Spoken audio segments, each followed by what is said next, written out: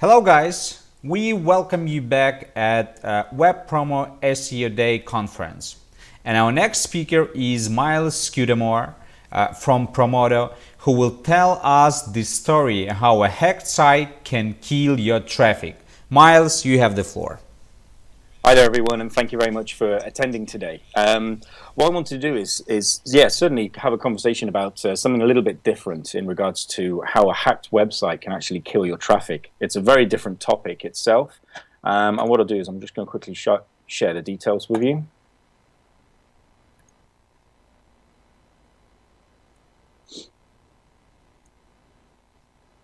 And the reason why I wanted to do this topic is we seem to be seeing a lot more sort of security issues these days with customers' sites.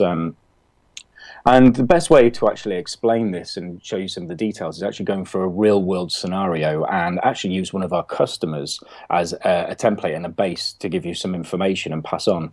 With this, what we'll find out is a little bit of information on how we resolved the problems and made the customer aware of this, but also some recommendations that you may want to put in place yourself.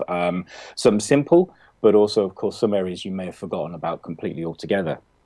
Now, and thank you very much for the introduction, but there is some people out there who may not know who Promodo are.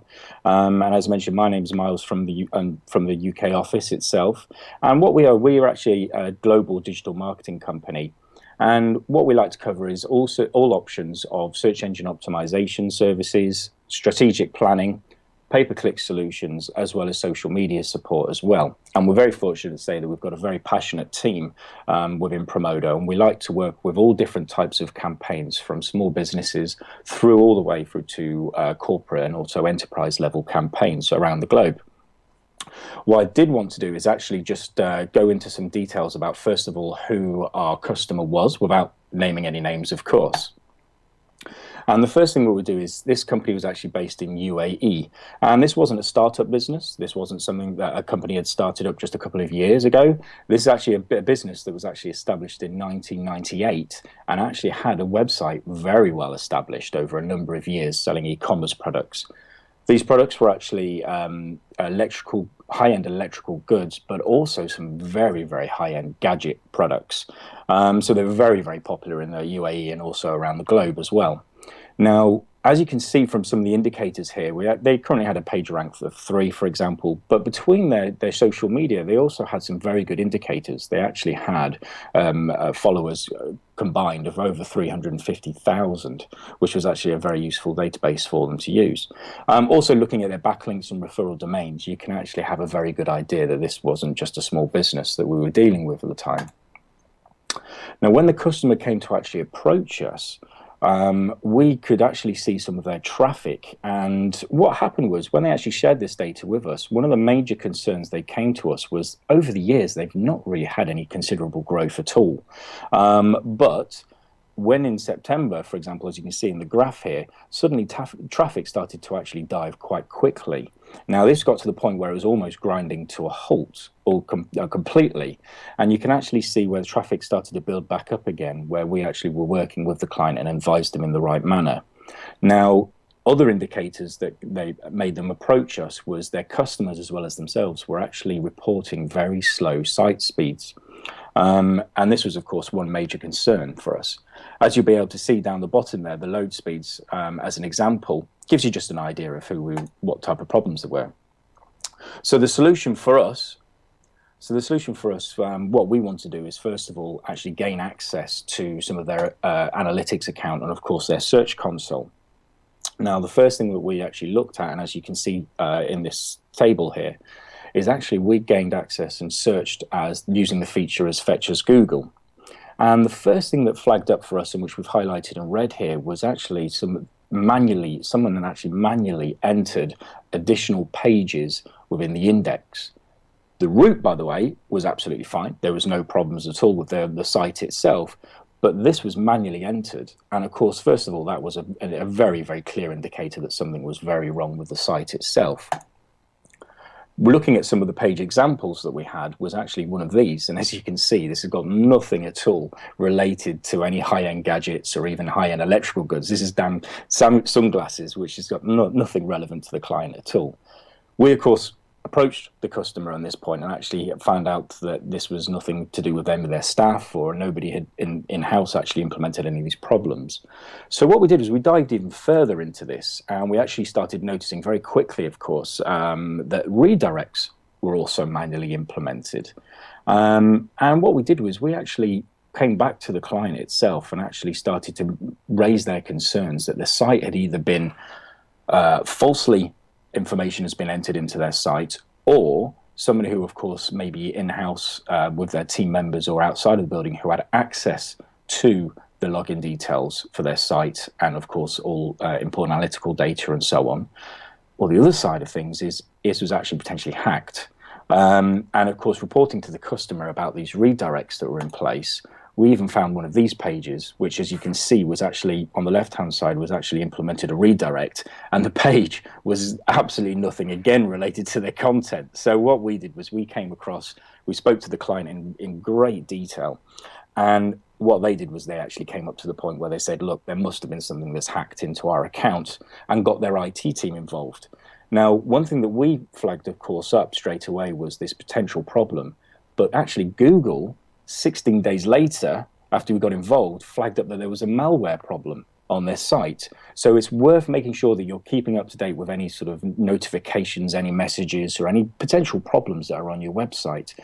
Because, of course, yes, it's great to have a team behind you that will actually cover you if there's any problems, but even Google, as you can see, takes some time to actually notify you if there's a major problem.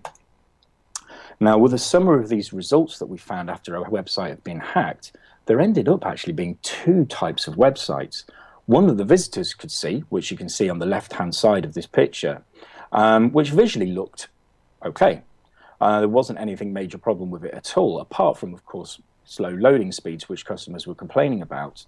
But on the right-hand side, what you could see is actually what, for example, a Google bot would actually see, and actually put the implementation into place itself.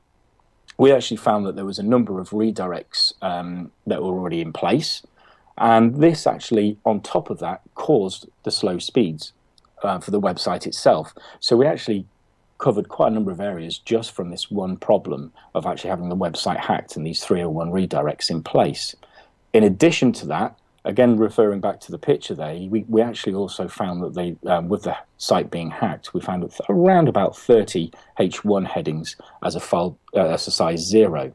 And within the box on the left-hand side of the picture, you can see that from a visitor's point of view, there wasn't really anything that you could see from the front end of the site. But at the back end, you could actually see that the Google bot had reported there was a problem on there, and it could actually pick it up quite quickly.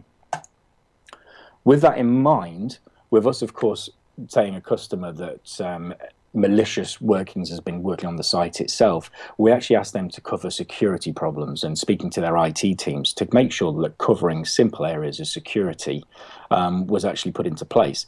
They, of course, are doing this now and have done already in place. And as you saw from the original slides, that the traffic has actually now started to build back up again. Now we've resolved a lot of these problems for them. So it's one certainly for you to keep an eye on. And here are just some of the recommendations that we would suggest just to cover. Some would be very, very simple, and some that you have already implemented itself. But again, it's quite useful just to check over and just make sure that you're covering all security aspects. And first of all, is a very simple procedure is making sure that you've got a complicated password. I know it might sound daft, but unfortunately there's still sometimes that we gain access to people's websites, and when they pass on the login details and their credentials to us, they're just not secure enough at all, and we, of course, report back those problems for them. Making sure that you've got any CMS pages and keeping them up to date regularly. You should be anyway in regards to, of course, maybe products or maybe blogs, for example, and so on. But if you're using a third-party API or a different program altogether, then making sure that they've actually got all the latest security updates. This is where either yourself or maybe your development team could actually come into hand, and making sure that your pages are going to be as secure as possible for them. A classic problem that we keep on coming up on a regular basis is actually the standard default admin login to websites. Now, this makes no difference if it's an e-commerce website or, of course, a normal WordPress website like this example that we've shown here. Making sure that you may have a unique or a different admin access panel would be absolutely superb. Below on here as well is continuing that, is making sure that you, of course, have got very secure admin access. Now, this isn't just focused just on the website, but you can actually take this also onto other areas of, say, your hosting platform. Say, for example, cPanel, making sure that the password is very different from that, from gaining access to actually your e-commerce site or WordPress website, as an example. And again, unique passwords, they have to be key from this point of view. Continuing with this, what we do is we also looked at trusted antivirus software. One thing that flagged up for ourselves having the conversation with them is looking at what workstations and what computers were gaining access to their e-commerce website. Now, this might sound daft, but of course there's some very, very good free software tools out there they're very well established already. But personally, if you're actually trying to gain sensitive information such as e-commerce backend websites, dashboards, or even down to your cPanel access, you want to make sure that personally a paid solution is actually in place. The reason being is because you get the latest virus definitions, you've got the latest firewall protection and so on. So personally, I would always advise for a paid solution than maybe a free antivirus product that's out there. Also making sure that if you're accessing your websites via a mobile device, that's obviously happening on a regular basis these days. If you're using the browser, then especially on devices like Android, for example, making sure that you've got an antivirus program in place for that. Your passwords, it does actually concern me quite a bit where customers actually end up saving, or they reported to save a lot of their passwords within their browser. I'm not sure, of course, if you do that, but certainly I wouldn't do that in any single way, gaining access to any of the programs that we use. Now, what you can do is you can actually get these password and login detail generators, some being LastPass, which they offer a free solution as well as a paid solution. One that I use myself, which is 1Password on a Mac. I personally find it a superb product, and it generates all the login details I need. And of course, RoboForm, just to name a few. There's a lot of other products out there that are very useful and do the same job, but these are just here to name some of the most popular ones. Also, setting up alerts on your mobile. What we find out is it's very, very useful to actually have your hosting provider. In some cases, you can supply your phone number, and if there is a problem with some malicious behavior with login details, you can actually have this message sent to you via a text message to your phone. You don't necessarily have to go as deep and as high tech as that if you don't want to. The other simple way of doing is making sure that on your phone that you actually have a mailbox linked to your domain and the site, and making sure that if there's any issues with connecting your mailbox from your phone to your website and your domain, is of course it will come up saying that an issue with authentication or login details aren't correct. If you're trying to gain mail, of course, from your phone, that could be quite useful if the message is flagged up. You have a very clear indicator that something has changed, and certainly if you've not changed the passwords or login details, you know that there's something issue and it needs to be addressed very quickly. The other side is something, again, very, very simple, but we seem to come across quite often, is actually keeping a very good relationship with your developers and IT team. The reason is they actually have an idea of your login details. And of course, that could be a point of leaking of information if you end up not having a great relationship. Some other areas, just to finalize things, is to monitor on a regular basis for you, is looking at simple things as your outbound links. What you can do is there's actually a number of free tools and solutions that are out there. One, just to name one, basically, Screaming Frog is a very good tool where you can actually scan through the website and actually keep an eye out for any outbound links, and also just making sure that you're up to date with the site as well. Keeping a very, very strong eye on any redirects that have been implemented to your website. The reason is because, of course, if this redirecting to a wrong page or there's an error made, you'll be able to see this very, very quickly. Looking and gaining access to, of course, your search console. 404 errors are an absolute classic, and if you actually see a sharp rise of these errors, make sure you're talking to your development team as soon as possible. Again, you can do this at any point in any stage, and I would personally advise you to monitor this on a regular basis. Once a month, do like what we've just done. Maybe log into the search console and actually view Fetcher's Google. And using these features, you'll be able to actually see a number of pages that have come up. But the main focus you want to be looking at is making sure that your home page, your category pages, subcategory pages, and also blog pages are actually being checked by using Fetcher's Google feature. Monitoring page load speeds. There are a number of tools out there to do so if you want to. Even Google, for example, offers you a very good insight tool called PageSpeed Insights. Very useful tool that you can just log in and actually check for free. And also making sure that when you're logging into your accounts is see if you've got any notifications from Google themselves. Because yes, in this case, they're a lot slower, but if this customer hadn't come to us with their main concerns of their website, then they would have found it potentially 16 days or a month later. So keeping an eye on any notifications that Google actually does send you is going to be quite key on this point. I hope you've got some information there. This is my contact details if you'd like to call me or contact me directly if you've got any additional questions. And if we've got time for Q&A, that will be absolutely superb. Thank you. Thank you, Miles. We definitely have some time for questions from the audience. Let me have a quick look. Maybe we have something interesting, and meanwhile there's the question from me. If we try to look at this situation from the other side, what was there to gain by hacking some other company's website and try putting whatever kind of pages you want there? Well, from this side, it actually affected their SEO. So, of course, we didn't know, and maybe their IT may have actually known who this was or what if it was hacked, who these people were. But this would have been a malicious point of view. So this would have actually affected their SEO. So, for example, of course, Google would have found out and crawled these other pages, noting that it wasn't relevant content in any way. And as we all know, that promoting websites or making sure that any redirects are on sites, if they're not relevant and they're not key to your site, then it's unfortunately going to be a negative impact on your website. And this is one reason why traffic started diving very, very quickly, because the site was crawled. This data was sending back to, of course, the servers, and also it just made a massive impact for them, really.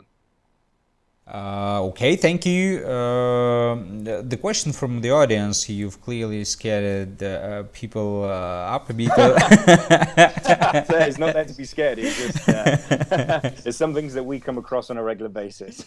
Yeah, it happens, and that's the problem. So, which CMS would you recommend that cannot be so easily hacked? Oh, there is so many out there, of course. I mean, WordPress is obviously a fantastic tool, as we all know.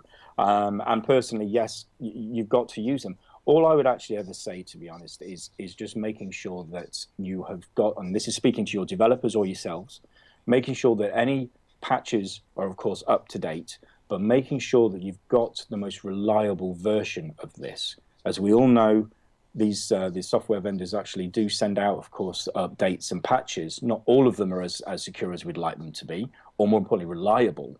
But making sure that you're speaking to developers and also the people who've had experience of this, maybe even beta testing, for example, is very, very useful before you implement it on your own website. So, there isn't, for example, WordPress, as the example I used in our slides here, is a fantastic tool. But you have to make sure that it's patched and you've got the latest security updates. That's all. In my personal opinion, that's the approach that I would take. And one major reason what I'm flagged about security and actually antivirus of all things, when we actually are talking to some customers, when we're talking about them, are they using Windows, are they using Mac? When we find out that they're using a very poor antivirus and yet gaining, of course, access to their dashboard, their cPanel login, and so on, it's a really major concern. Goodness me, if we're logging into anything in regards to our company here, of course, we have a paid solution, and it's got the latest virus definitions and so on. Safety is so much better because the problems that it can cause in the long term can really, really affect your business, and that is key. Definitely.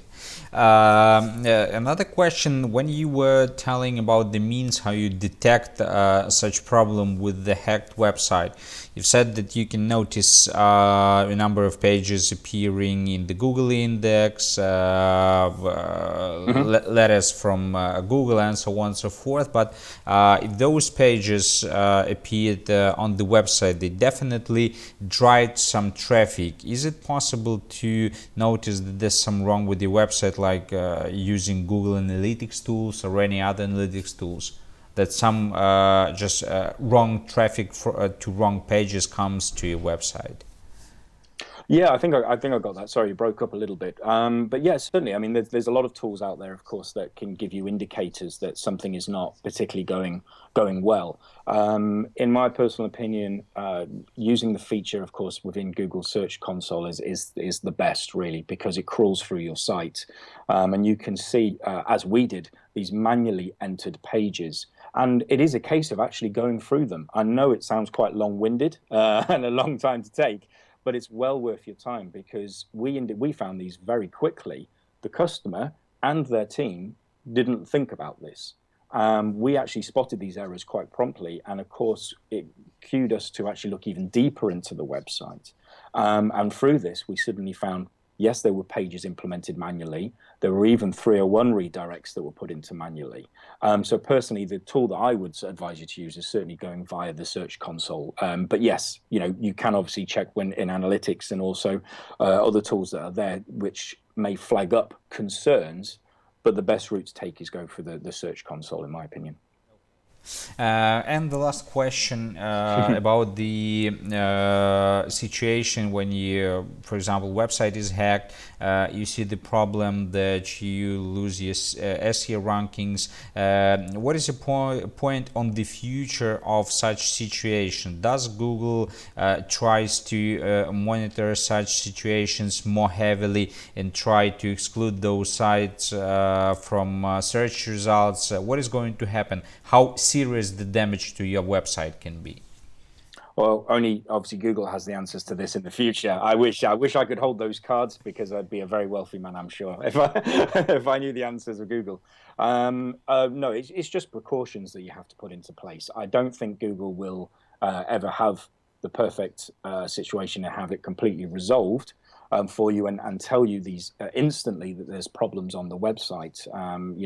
Even with us, it was 16 days 16 days after we were supporting them and told them about these problems that Google referred this error. But no, all you have to do is just make sure you're being very precautious on the site itself that you've got. I don't think that Google will be able to filter everything for you, and of course it is going to make a huge impact onto your website, as mentioned many times already. It's huge.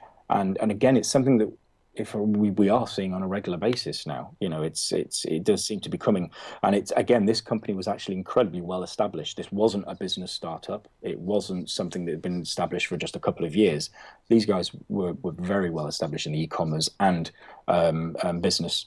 In the business world. So Miles, the guys are telling me that we basically ran out of time. Thank you very much for your presentation. It was very nice to meet you, and that was quite interesting info for our listeners.